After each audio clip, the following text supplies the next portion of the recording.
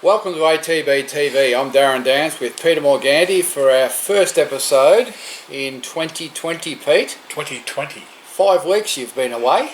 Yeah, a little bit longer than what I first planned, but we're still there on 2 feet, legs. Sorta. Where did January go? I just amazed. I reckon during the Christmas into New Year, it sort of just meanders a bit.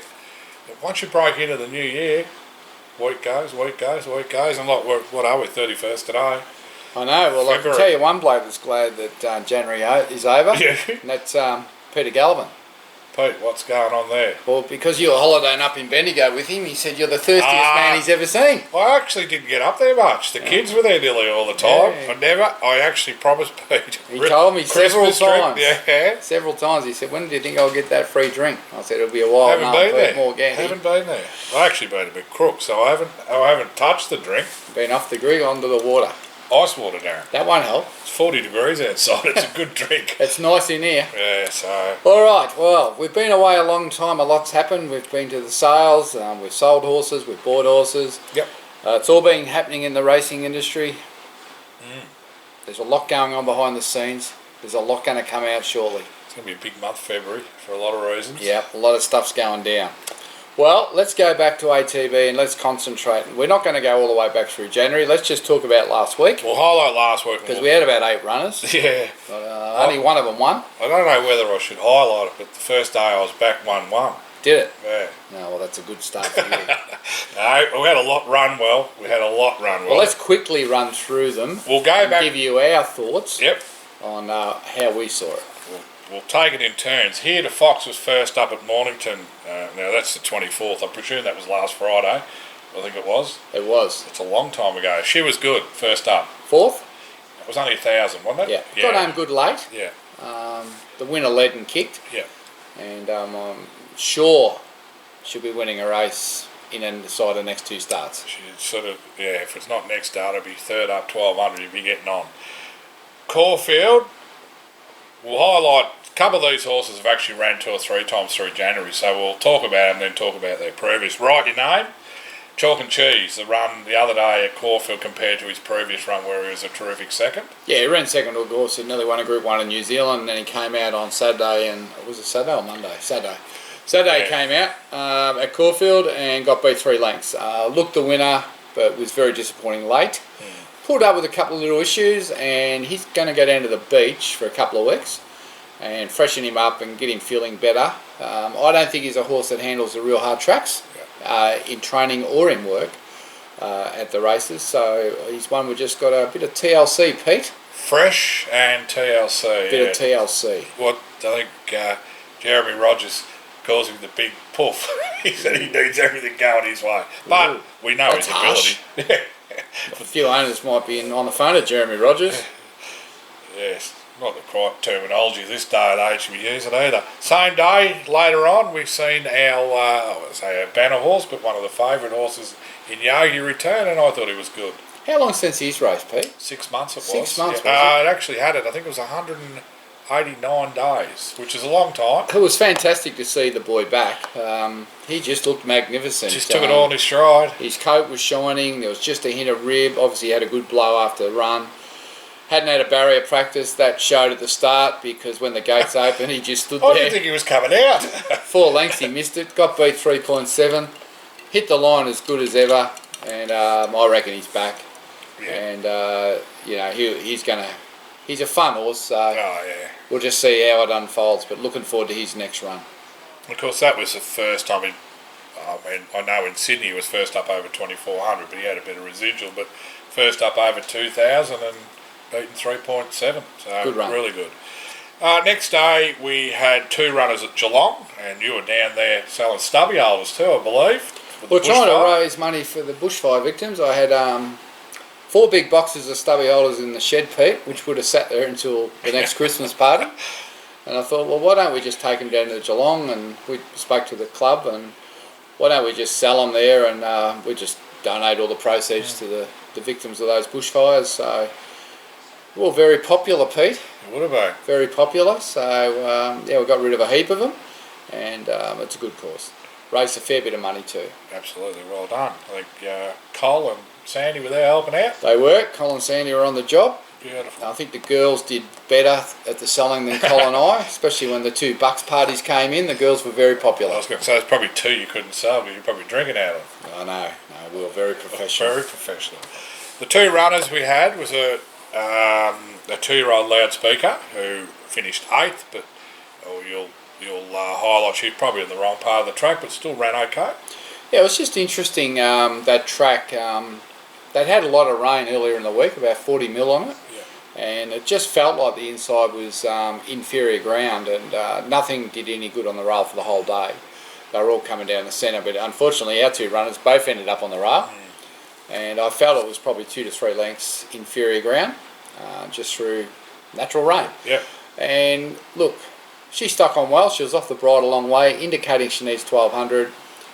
Probably ran better than you would think, but just looking at her form, and I think she warrants another go. Yep. And Notebook was a couple of races later. I think we learnt 2 things out. The 1700 is probably not her go, and as you mentioned, caught up on the rail. Finished 4th, still did a good job. Ran really well, but she's unlucky. She's had 2 runs in January on wet tracks and doesn't handle it. Doesn't handle it. Wants good 3. Gets 2 runs in January on wet, heavy 10 and whatever. They said it was a 3 the other day, but it was actually, the jockeys were saying it was a 6. Yeah. And yes, the 1700, no good. So 3 weeks between runs now, freshen it back to 1400, get her on a good 3, and you just fill your pockets up. Should be 10 to 1. Should be there, but yeah, well that's right. They're going to look at the form now and just say, well, she's just one of those that's not winning. Now we got to Monday now. Then we went off to Sandown. Now, fair to say, I watched the races, then watched the replays. Stroke of luck, could have come away with 3 winners. They all ran well. Igniter was beaten by a really good horse. The other 2, I think, with a ride and a bit of luck, they had excuses. But had excuses. I think you'd say they all did run really well. well. Igniter was super. Like he ran second behind a really good import. Yeah. Which we had the mail that it was unbeatable. Yeah, well, it's even money chance. Wasn't smart enough to take the Quinella. I paid $6, but anyway. Told everyone too, did you? I did tell everyone to do it, and then never did it myself. But look, he's ran out of his skin. He went to the front. It took a while to get to the front. Burned a bit of petrol. Yeah. Dean rode him super, and at the 200 he looked the winner. But Johnny Allen got an easy run, got out when he wanted to, and ran over the top of us to beat us by length. But look, he ran super. 3 seconds in a row in town, frustrating, but his turn will come, and he's going to win some nice races. He's only going to get better, that horse, I think. Well, I think he's going to a Vobis series now. Yeah. The final's 180,000. Yeah. There's a heat at Ballarat, so he'll be $1.50 there. That's the 23rd, I think. And anyway, we'll just see how that unfolds. 33.9 last 600. I generally don't get beat. Yeah, that's right. You're 2 in front and you run 33 and change. You don't normally get beat. Well, Dean said, what did he say? He said, I thought I was home. And Johnny Allen's commentary afterwards was, it was a fleeting moment. I didn't pick up and I thought the winner's too far away. But anyway, all good. Shame they were both wrong. yeah. Accused of both of that before, being robbed. My shiny choice. I must say there was a lot of moisture in the air at Sandown Pete. It was very humid. Yeah. I don't know if you saw Igniter going to the gates, but he was foamed up. He was sweating. He looked like he'd had a bubble bath. Oh, righto. But I did actually notice him by the gates. He was hot. Yeah. He was hot and sweaty, and he had white foam coming off him. It was quite humid down there. So it's funny the moisture content, Pete, was high. But you don't like to see it, right? Yeah. Before a race, but no, he ran well. I remember Pete Gallivan talking about Pete. We were at Bendigo. Pete Gallivan came all the way down to Sandown to watch him. That's how confident he was. Well, going back to his first start at Bendigo, we looked at each other when he ran and thought, God, he's a lazy bugger, this horse. But obviously it was 1400. But geez, when he gets to his fitness levels and his distance, he's a proper stayer. Yeah. He's a proper stayer. What would I say there? I'd say next year. This time next year he could be running in some pretty serious races, but we just got to get his wins on the board and get his rating up. We're still learning a lot about him, but he's tough and he wants to get out in front and bowl along. Showing that. Someone rang me during that week and said, "Oh, I wouldn't mind buying him for the Darwin Cup." Ideal Darwin Cup horse. Absolutely, but they might have to wait 2 years.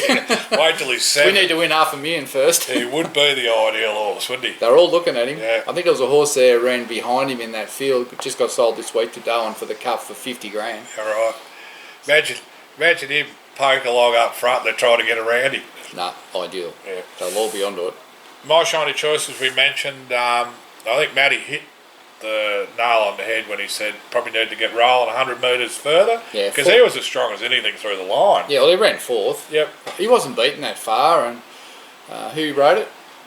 Theo Nugent, who had one on him at Casterton. Was he the guy that said it was the most improved horse in yeah, Australia since it left Robbie Griffiths? Backhanded to Robbie. And didn't he do something on one of Matthew's horses? Matthew said he'd never put him on again. There was a bit of banter before. There was a bit of banter in the Manning Yard about all this. Righto, yeah. But look, he was told to get going at 600.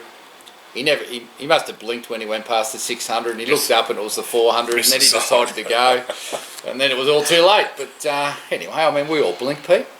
We do. He must have blinked twice. He must have blinked twice and missed the 600 mark. Anyway, but the horse ran super. Horse going great. So you know he's gonna get his chance. I don't know where he's going now, but he's run. He's sort of at that awkward benchmark rating where you sort of got to nearly come to town or find the right race in the bush. But there's another win in him. Your little mate just grabbed me later and said I knew where the 600 was. I'm trying to think. Your little mate from Horsham. Dean rode him when he rode 2 or 3 seconds. I don't know why he wasn't on it. Yeah, anyway. He would have got going at the 600. You're riding well, Yandel. Angel Lass. How unlucky was it? Was going to lob perfect. Where did he finish? 4th? And as Robbie said and you've said and the jockey said that one of Mars, I think it was, just come in and he had to go back another pair, and that was the difference between winning and losing because there was only a length between the 4. She's run home in 32.9. Yeah.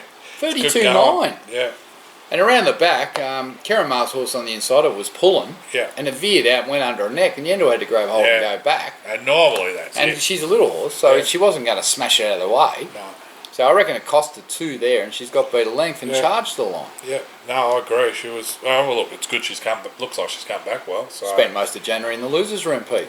Seconds and fourths and seconds and thirds. Anyway, Scott Davison did take us into the winners' room after Yogi's run because the winners weren't there, and it was the last race.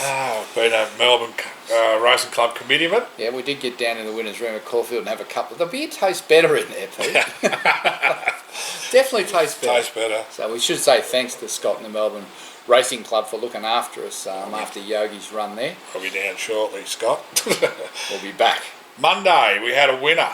Finally. I'll tell you what, it was a ride good win. What a ride. I thought to myself, if I was there and you get done, you'll get strung. Well, he just kept attacking the leader.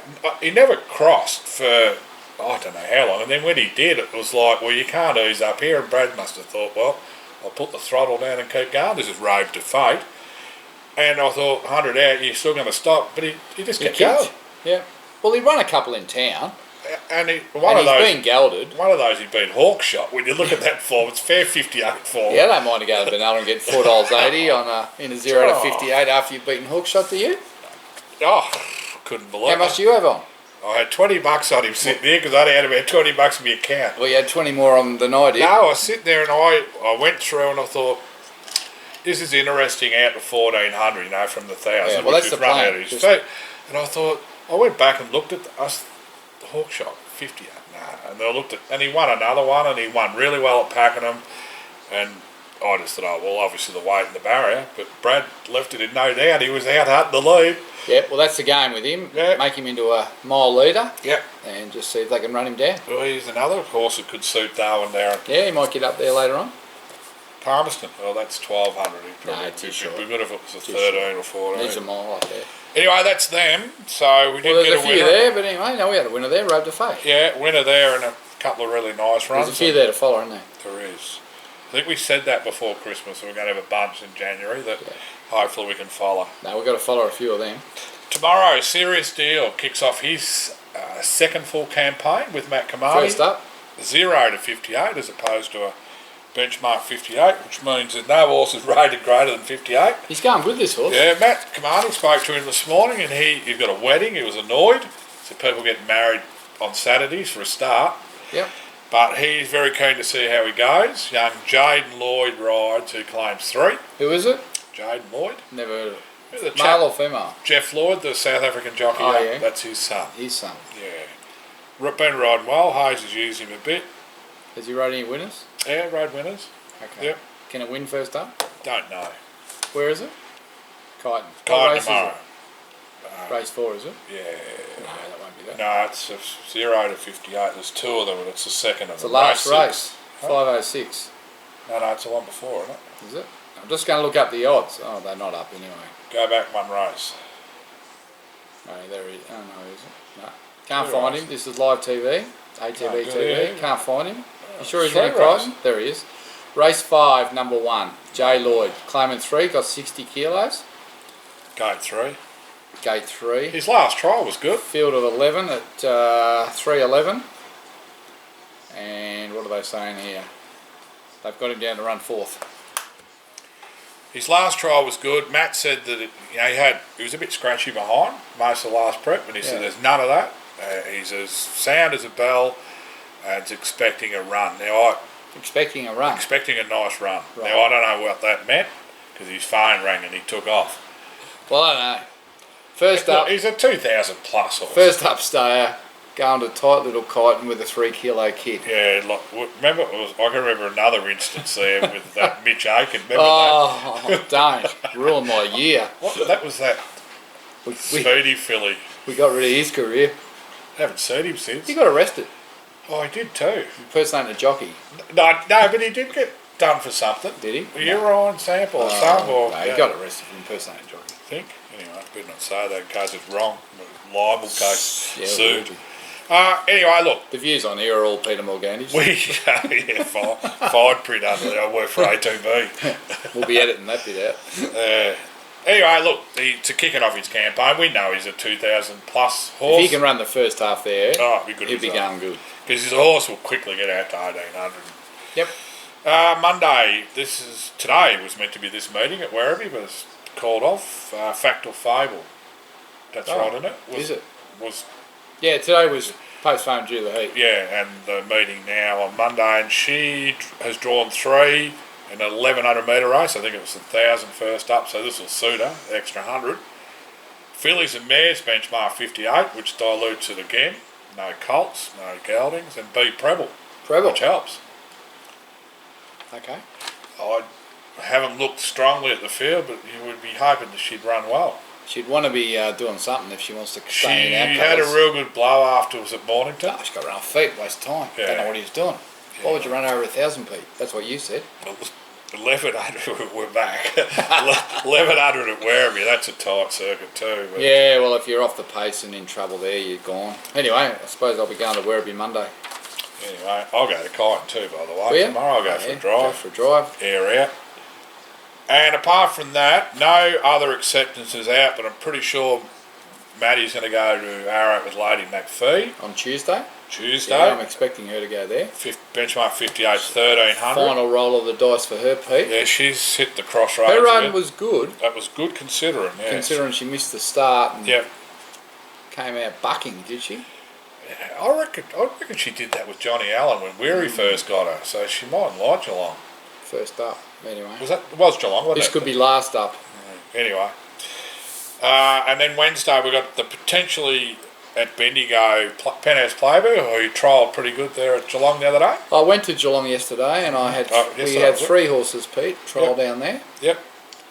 Penthouse Playboy was one of them, and he trialled really well to run Yeah. second. Did you have a look at the trial? I did. It's Impressed? amazing he's been over those 1,000 metres where he can't keep up. As soon as you get out to a trip where they can actually get into a rhythm, Yeah. and he would have won the trial another 10 yards. Well, at this stage, I think you'll find he'll be at Warrnambool No, never accepted. in May In May. Oh, righto. in the novice hurdle. Up and over. They reckon he jumps great. They do. So that's where he's probably heading. Stays all day. Yep. Who else trialled there? Southern France, Yeah. who won the zipping. He trialled fair. A few gear changes and they just got rid of them all. Yeah, well, Kieran put a few things on. Blinkers, tongue tie, but He wanted to sharpen him for a mile, didn't he, first up? yeah, he just said it made no difference, so he took them all off. So would that be a waste of time going to a mile? Oh, I think race? he'll go the mile, but it'd probably be a waste of time. Yeah. He needs to run. Just fitness. And then Serious Suspect was good in the trial. Yes, he was exceptional. And followed the second horse in that trial too, which is a Exceptional. miler. I said to Brad afterwards, I did. I heard the interviews. did we put your house... Because Brad used to ride Weekend Hustler for Roscoe McDonald. And Roscoe McDonald used to get on the radio every Saturday morning and they'd say, how's Weekend Hustler going to go? And he'd say, put your house on it. And then after they won about 6 houses, he said, put 6 houses on it. And he kept winning that horse. So I said to Brad, do we put our house on it? And he goes... He didn't say put his house on it, but he didn't say not. But I said, well, why don't we put Saab's house on it, because he only rents his. Well, when you said put your house or 2 on it, then Brad got thinking. I'm thinking, is he thinking about how many houses he's got there for a minute? He's probably wondering how I know he's got multiple houses. I liked the last little bit though. You're confident. It was very confident. Oh, gee, they look good, though. Yeah. So he's going That's to... that series. Not is that Twilight Down the Straight meeting? No, is it the week after? I reckon it's the 15th, I think, isn't it? Something. It's the 14th or 15th that weekend. It's a benchmark 90. Brad's riding it. Yeah. If he wins that, could be a chance to go to the Shaftesbury Avenue Group 3, Pete. Where's that? That's a fortnight later.